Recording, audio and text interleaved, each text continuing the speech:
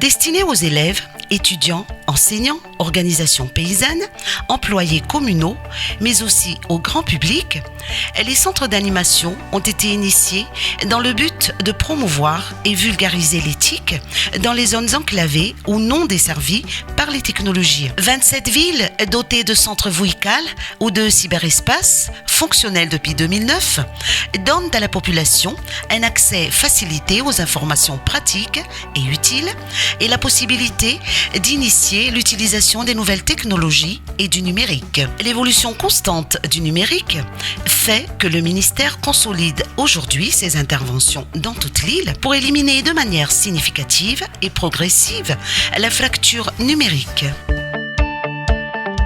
Le projet Smart City est un projet ministériel qui consiste à assurer l'implantation d'infrastructures TIC pour la sécurisation de la ville et la numérisation de l'administration. Il inclut la mise en place d'un data center ou un centre de données, d'un réseau de communication sans fil pour la police et la gendarmerie, d'un réseau de caméras de surveillance avec un centre de contrôle et d'un réseau Wi-Fi dans le quartier administratif. Aussi, Nosy-Be et Sainte-Marie franchiront très prochainement une nouvelle étape cruciale vers le développement inclusif en tant que villes intelligentes.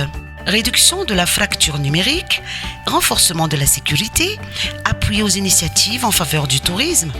Le projet est transversal pour générer des résultats aussi rapides que profitables à tous.